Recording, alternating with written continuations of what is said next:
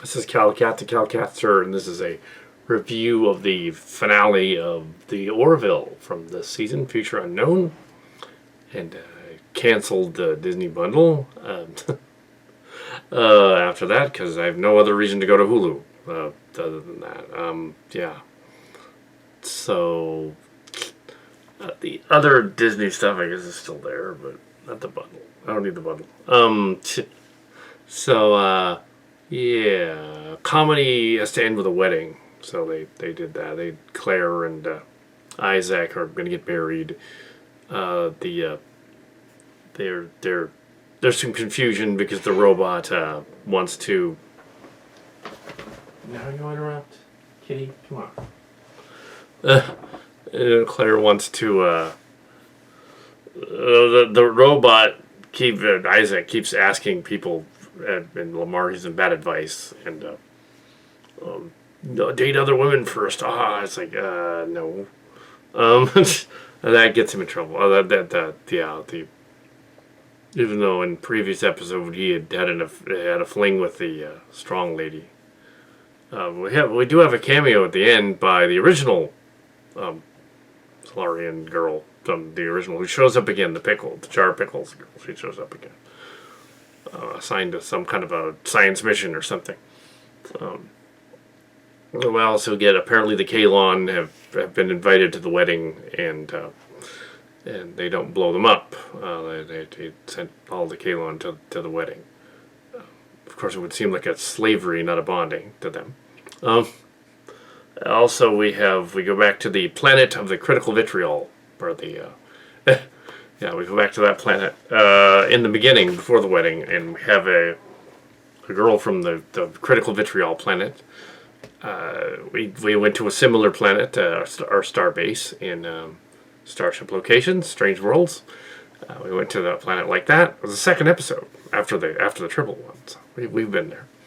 Planet where a place where the internet is their main form of communication, and it is based on upvotes and downvotes like YouTube, and other places, mainly YouTube, which is funny.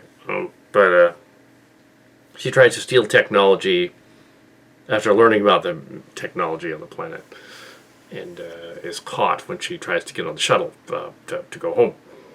It's really obvious that's what she was going to do. It's very similar to a Voyager episode. It makes sense since Brendan Braga and Xavier wrote this.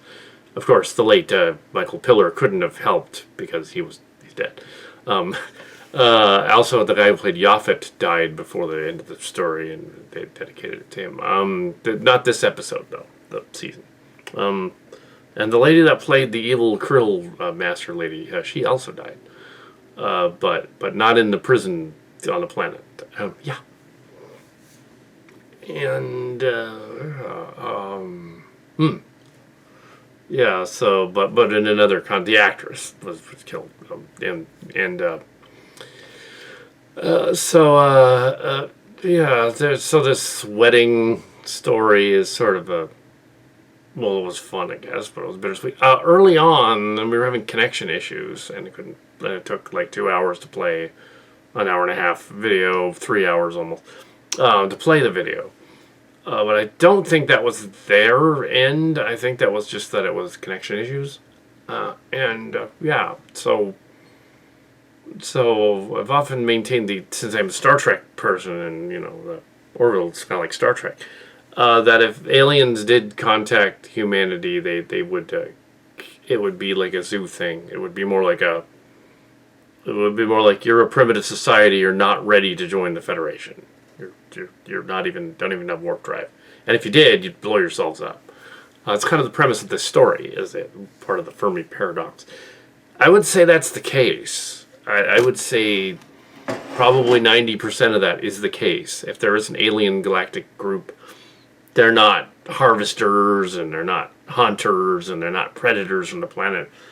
If they're sophisticated enough to travel to stars with technology, they're more advanced than us, and we're like ants to them.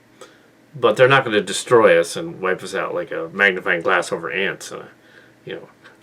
or run us over or something. It's that we are not advanced enough, and this reflection of this story. So she's the girl in the story is less a critical vitriol in the story, the main character, as she's a sympathetic anti-hero who ends up staying in the end anyway. So, because you can't go back to her planet, she'll get downvoted, you see. But yeah, the idea that the reflection on society has always been part of Star Trek's DNA, and it's this one too. We've only been up to 36 episodes, though. It's not syndicated. It can't be syndicated. It's only 36 episodes. 3 short seasons. I don't know if they're going to do a season 4, but if they ended it right here with this season, with this episode, fine. End it here. Fine. Good ending. Make a movie. Make a feature film a few years down the line. Do a movie in theaters. And make millions instead of just hundreds of thousands on Hulu. Do a movie, a feature film. That's what they need to do. The first Orville movie. Yeah. Kind of like Firefly did, but Serenity. Serenity. Yeah, so did a movie. Oh, so yeah. Also, yeah. We'll talk about the whole season, including the episode they didn't film, as well, in a moment. Yeah. So let's recount of the finale here. An uncertain future. A future unknown. Yeah, future unknown. So it's a fine episode. They need to make a movie, and that's kind of it for that. And yeah, I mean, it works. There's a little more comedy in this episode. It was more like the first 2 seasons. Special guest star that the JP character should like. Oddly enough, Trek Yards has not been reviewing the Orville that much this season. But that JP fella, he's been reviewing the Orville evangelist guy, or what they call him. He's been doing it. So yeah, so it's odd. Well, I guess we'll jump on to the next episode. There was an unaired episode called Sympathy for the Devil with the him and novella, an audiobook. Although I did not see the audiobook. I haven't read it. It's sort of a pseudo time travel story. I can see where they left it out because they already did that and it would throw it off. It doesn't fit with any of the other episodes. It's more like an old Space Vanguard script or an old Starcracker script from ages ago. It's like that. They have a lead villain named Adam, which is funny. And he apparently is a skinhead. Well, 1920, but an alien skinhead. I've never done that. I totally would not do that. Joke about it, but I wouldn't do that. No, my late father was a World War II veteran in the Pacific Theater, so I wouldn't like Nazis. They get flagged by YouTube like Nazis. No, I wouldn't do that kind of shit. But no, they wanted to. That's odd. It's another critical vitriol episode, and it wouldn't have fit anywhere. There's aliens trying to revisit the planet from, I guess, TOS, where the colony of Earth that had been using the Nazis as their background. It's kind of like that. It wouldn't have fit. It just didn't fit anywhere. I did not have anything to do with writing it. I think it was, Seth MacFarlane wrote it, based on something. That I'm sure I didn't think of the story originally. I'm sure it's something else. It was like a simulation of 1914 and then simulation later. It doesn't make sense because 1914, that would have been way before that. World War II was in the 40s. So it would have been how does that work? 1934 simulation would have made more sense. 1930, and then it would be okay, it's 10 years before the end of the war. It's 5 years before Hitler rose to power. That would make sense. But it's a simulation anyway, so they get it wrong, and the scientist has to do stuff and stop it, and there's krill in it and stuff. It doesn't make any sense. There are pieces of that story on the krill planet, but it's a very odd idea that doesn't work because they only got hints at it from our channel joking about stuff like that, but not being serious, and they didn't get it. So that's yeah, we wouldn't, and also referencing the original Star Trek. Okay, they probably weren't watching this channel. They were probably watching some other channels that were doing it. But the idea of the influencer YouTube lady that comes on the ship in this one, in the finale, is similar enough that they didn't need to do that. So that episode is just as well. It didn't happen.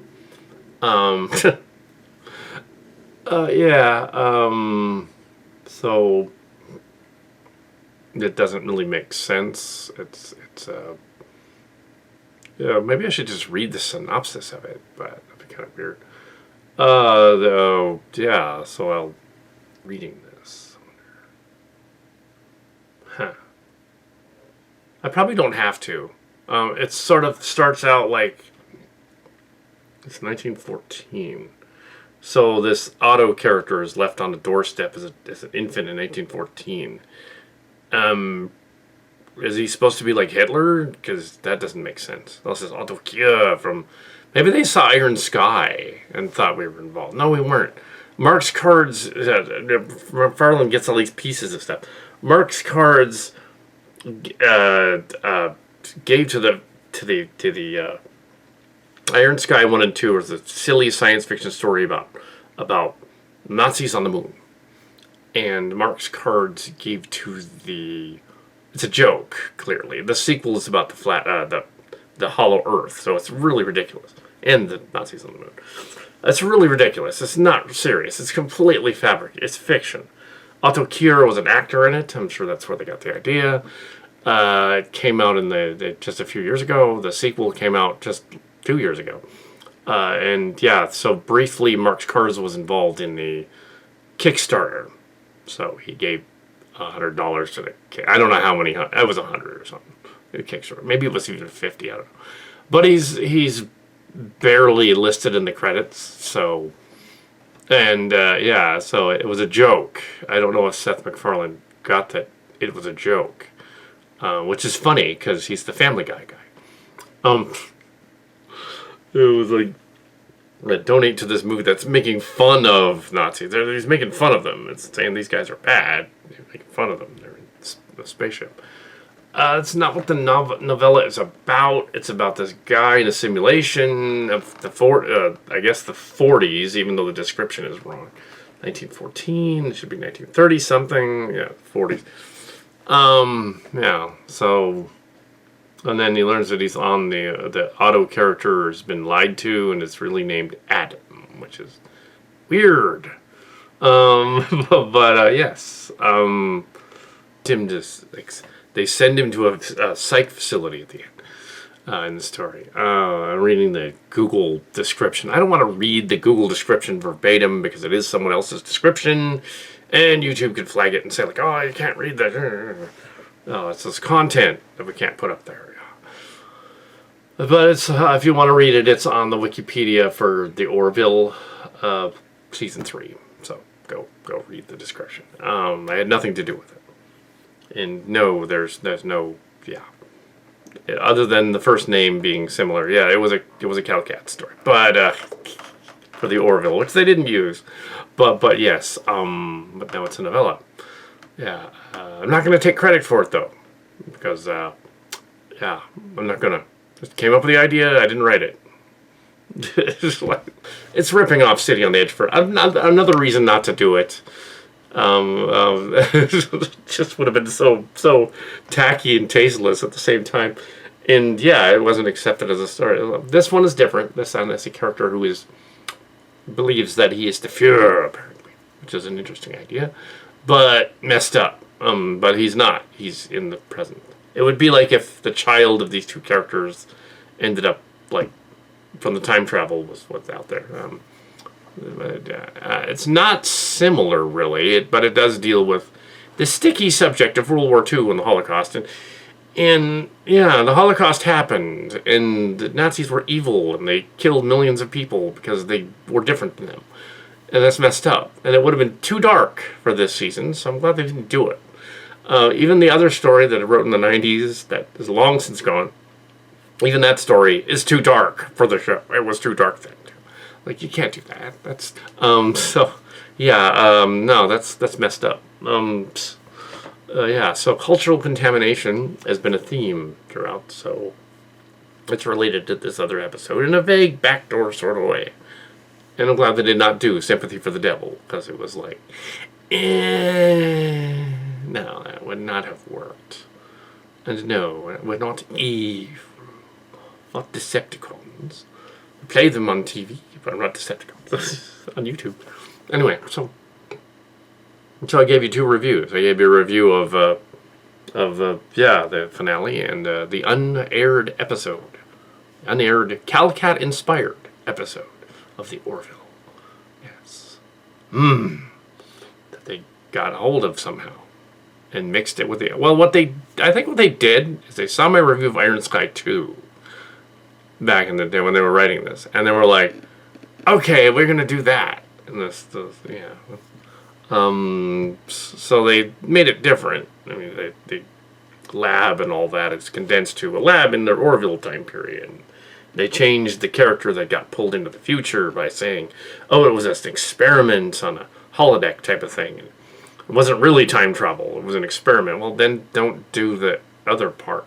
Parts of this ended up sprinkled throughout the season, though. There's a scene on the lab on a planet. There's an escape from a torture chamber on a planet. There's a bunch of other things that are really dark this season. So they didn't need the episode. They sprinkled it throughout the story. And these really, really misogynistic male aliens on the one planet. They already kind of did that. And then they somehow made Wardus and Clyden sympathetic again and had them run off on a mating ritual in the finale. And it's like, yeah, and then they have a marriage at the end. But how much, when you think about it, how much is that robot really gonna know what he's doing? Because he's a robot. He even took Lamar's advice. It's like, and then she told off the guy, the black guy in the bridge. I keep forgetting the names. The names just go, they're gone. But yeah, Talia and Talia, the 2 aliens. Oh, and there was a Terrellian with 4 arms in it. In the wedding scene. As well as a Termarelli alien who was walking around. There was also an alien that looked like a sort of not a Totemus, but a Letamoc. There was a Letamoc from Canary Space in sickbay.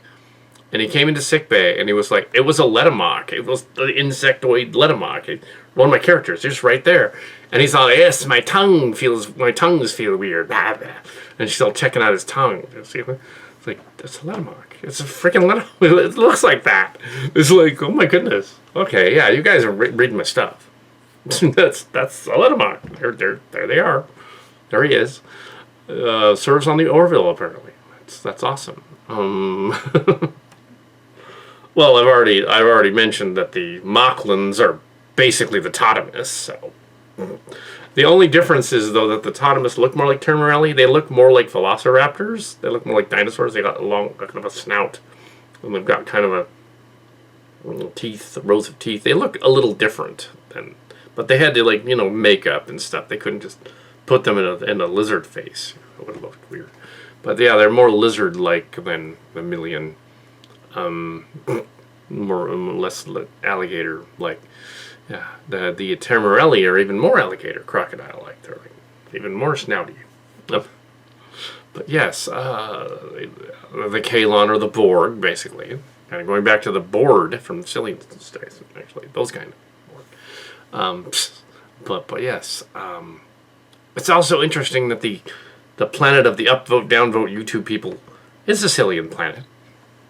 It's Cillian Earth. It's basically Cillian Earth. So they've done their thing, and we've done our thing. Yeah.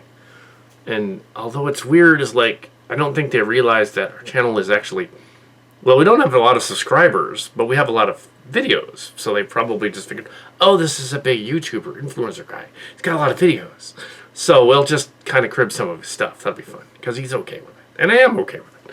But you could, drop me a line sometime. Say, Seth MacFarlane here. And yeah, we've been kind of copying from your stuff. Just like we did Chris Chan and a few other people. And I'll say, yes, I noticed that. Why don't you just have me come on the show? Just do like the John Waters thing on The Simpsons. Show up on Family Guy. Just go, oh, Peter Griffin, what are you doing? Lois? Anyway, Brian the dog. So yeah,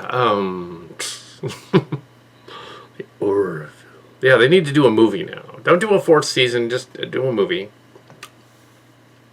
Yeah, because I don't think you get another place to air it. Yeah, I didn't need the extra Hulu thing. I'm okay with not having it right after. It does suck that they made me pay for the month as it happened before airing this episode. Otherwise, it would have been a 30-day trial for 10 episodes. Over the course of, 10 weeks. Yeah, that's more than 30 days, isn't it?